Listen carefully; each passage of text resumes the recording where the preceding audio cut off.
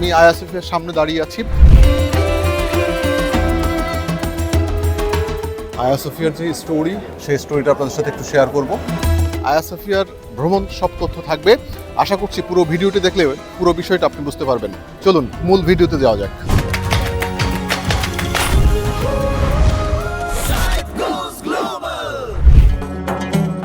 সম্মানিত দর্শক, গত পর্বে আমরা দেখিয়েছিলাম আয়া সোফিয়ার বর্তমান অবস্থা এবং আজকের পর্বে আপনাদের জন্য বিশেষ করে উন্মুক্ত থাকবে আয়া সোফিয়ার ইতিহাস, ঐতিহ্য এবং বিশেষ করে আয়া সোফিয়ার যে জাদুঘরটি রয়েছে সেই জাদুঘরের প্রদর্শনী। আমার সামনেই টিকিট কাউন্টারগুলো, টোটাল 6টা টিকিট কাউন্টারের মধ্যে একটিতে আমি সিরিয়াল পেয়েছি। এই যে এটা হচ্ছে আমার টিকিট কাটার সিরিয়াল। দেখি টিকিটটার দাম কত নেয়। এই যে টিকিটটার মূল্য হচ্ছে 2500 লিরা, 50 ইউরো আর 60 US ডলার। আর এটা বাংলাদেশে টাকায় এটা পড়বে প্রায় 7000 টাকার মতো। ফুল মিউজিয়াম যদি ভ্রমণের টিকিট করেন, মিউজিয়াম সহ আয়া সোফিয়ার ব্যালকনি, আপনাদেরকে খরচ করতে হবে বাংলাদেশি টাকায় প্রায় 7000 টাকার মতো। 7000 টাকার মতো খরচ হবে। টিকিট কাউন্টারের পরে অনেক বড় লাইন দিয়ে আপনাকে ভিতরে ঢুকতে হবে। আয়া সোফিয়াতে ঢোকার জন্য এখানে একটা সিকিউরিটি চেক আছে। দর্শনার্থীরা এই অংশে কিন্তু ভ্রমণ করার সুযোগ পায়। বিভিন্ন সময় এটার বিভিন্ন কিছু রূপান্তরিত হয়েছে। দেখতে পাচ্ছেন আরবি ক্যালিগ্রাফি। এই যে গম্বুজটা, এটা হচ্ছে পৃথিবীর সেরা গম্বুজগুলোর একটি। 55 মিটার উচ্চতায় এই গম্বুজটি করা হয়ে গেছে। মসজিদের পশ্চিম বা কিবলা ওটা। দেখেন মসজিদটা কত সুন্দর, ওয়াও। অতএব আপনারা যারা তার্কিতে আসতে চান তারা কিন্তু আসতে পারেন। যদিও এখানে টিকিটের মূল্যটা বা খরচটা একটু বেশি, তো টিকিটের মূল্য বা খরচের কথা চিন্তা করলে একটু চিন্তা করেই আসবেন। আপনারা যারা মিউজিয়ামের টিকিট কাটবেন, আপনাদেরকে একটা হেডফোন দেওয়া হবে অডিও সহ।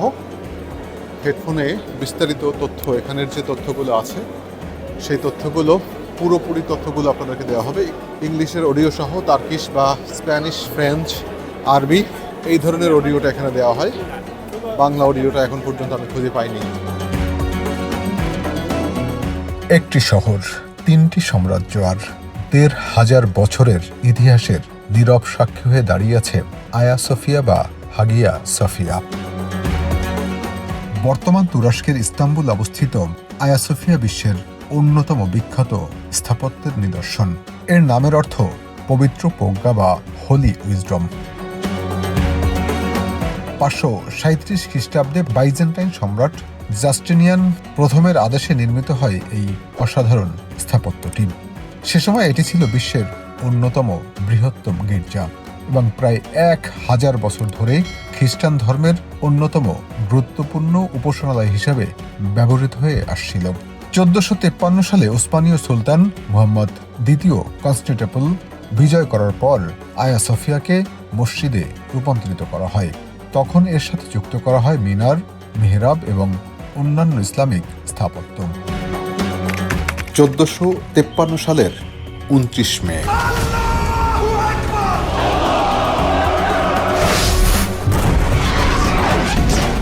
কনস্টান্টিনোপল বিজয়ের পর সুলতান মেহমেদের সৈন্যরা যখন শহরের বিভিন্ন স্থানে ছড়িয়ে পড়েছে, তখন 21 বছর বয়সী তরুণ সুলতান ঘোড়ায় চড়ে সরাসরি রওনা হলেন হাগিয়া সোফিয়ার দিকে বা আয়া সোফিয়ার দিকে। সুলতান মেহমেদ আয়া সোফিয়া প্রবেশ করেই মহান আল্লাহর প্রতি কৃতজ্ঞতা জানান এবং একজন আলেমকে ডেকে শাহাদাত পাঠ করান। তিনি ঘোষণা দেন আয়া সোফিয়া একটি মসজিদ হিসাবে ব্যবহৃত হবে। এরপরেই শতাব্দীর পুরনো এই ভবনের দেয়ালে প্রথমবারের মতো আজানের ধ্বনি প্রতিধ্বনিত হয়।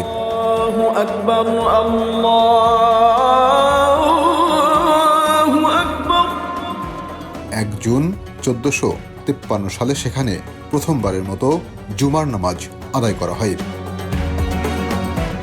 এভাবেই পৃথিবীর কেন্দ্রীয় ইস্ট অর্থোডক্স ক্যাথেড্রাল হয়ে গেল পৃথিবীর সবচেয়ে বড় আর সবচেয়ে গুরুত্বপূর্ণ মসজিদগুলোর একটি। সময়ের সাথে সাথে ভবনটির অভ্যন্তরে থাকা অর্থোডক্স খ্রিস্টীয় চিত্রকর্ম প্রতিস্থাপন করে ফেলা হয় ইসলামী ক্যালিওগ্রাফি দিয়ে। যে স্থাপনাটি একটি সময় বাইজেন্টাইন সাম্রাজ্যের ধর্মীয় কেন্দ্র ছিল, সেটিই উসমানীয় ইসলামী সভ্যতার অন্যতম প্রতীক হয়ে ওঠে। এরপর 1935 সালে তুরস্কের প্রজাতন্ত্রের প্রতিষ্ঠাতা মুস্তাফা কামাল আতাতুর্কের সিদ্ধান্তে আয়া সোফিয়াকে জাদুঘরে রূপান্তর করা হয়, যাতে বিশ্বের সব মানুষ এই অনন্য ঐতিহাসিক স্থানকে কাছ থেকে দেখতে পায়। পরবর্তীতে 2020 সালে এটি আবার মসজিদ হিসেবে ব্যবহারের জন্য উন্মুক্ত করা হয়। আজও আয়া সোফিয়া একই সঙ্গে ইতিহাস, ধর্ম, সংস্কৃতি এবং স্থাপত্যের এক অনন্য মিলনস্থল।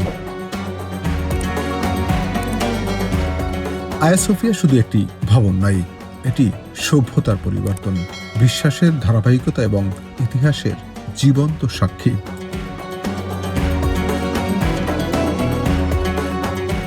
সম্মানিত দর্শক, আপনাদের সুবিধার্থে একটি তথ্য শেয়ার করি, সেটা হচ্ছে আয়া সোফিয়ার ভেতর প্রবেশে বেশ কিছু আইন, বেশ কিছু নিয়মকানুন মেনে চলতে হয়। বিশেষ করে এটি শুধু একটি ঐতিহাসিক স্থাপনা নয়, বরং এটি একটি সক্রিয় মসজিদও। তাই দর্শনার্থীদের প্রতি বিশেষ করে কিছু নিয়ম মেনে চলার অনুরোধ করা হয়। প্রার্থনার সময় ছবি বা ভিডিও ধারণের সীমাবদ্ধতা থাকতে পারে এবং কিছু নির্দিষ্ট এলাকায় ভিডিও ধারণ করা বা ফ্ল্যাশ ব্যবহার নিষিদ্ধ করা হয়েছে। আপনারা যদি মূলত এখানে কেউ আসতে চান, আপনারা কিন্তু নো ভিডিও। তবে আপনারা যারা জাদুঘরটি দেখতে যাবেন, তারা কিন্তু সেখানে ওপেন ক্যামেরা ব্যবহার করতে পারবেন না, একই সাথে কোনো ধরনের শব্দ বা সাউন্ড সংযোজন করতে পারবেন না, নিজেরা কথাও বলতে পারবেন না।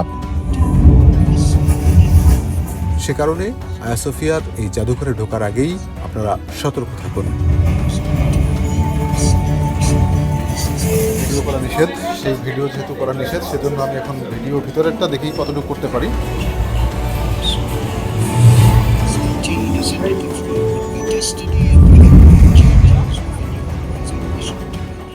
প্রত্যেকটা পার্টে আপনারা এখানে অনেক কিছু দেখার সুযোগ পাবেন।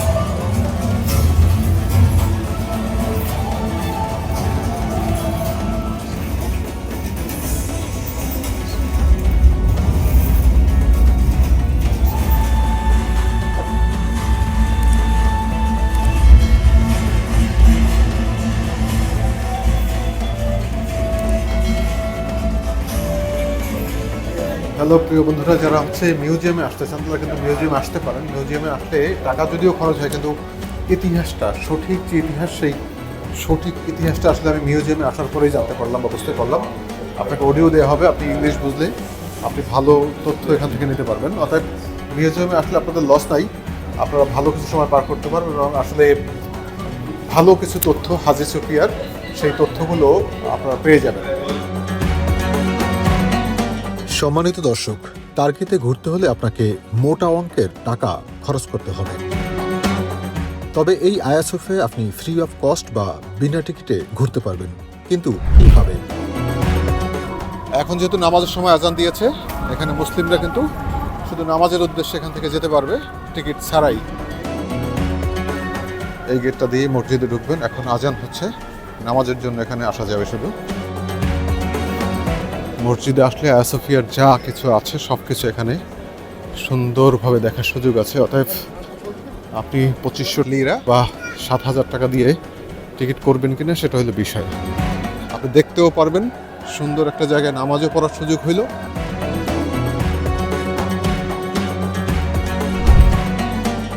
সম্মানিত দর্শক, তুরস্ক বা অন্য কোনো দেশের নতুন কোনো পর্বে আপনাদের আমন্ত্রণ জানাচ্ছি। আশা করছি সে পর্বেও আপনারা আমাদের সাথে থাকবেন। এতক্ষণ সাথে থাকার জন্য ধন্যবাদ। যারা ইতিমধ্যে চ্যানেলটি সাবস্ক্রাইব করেছেন তাদের কাছে আবারও কৃতজ্ঞতা প্রকাশ করছি, আর যারা দেখছেন তারাও কৃতজ্ঞতা প্রকাশের সুযোগ দিবেন।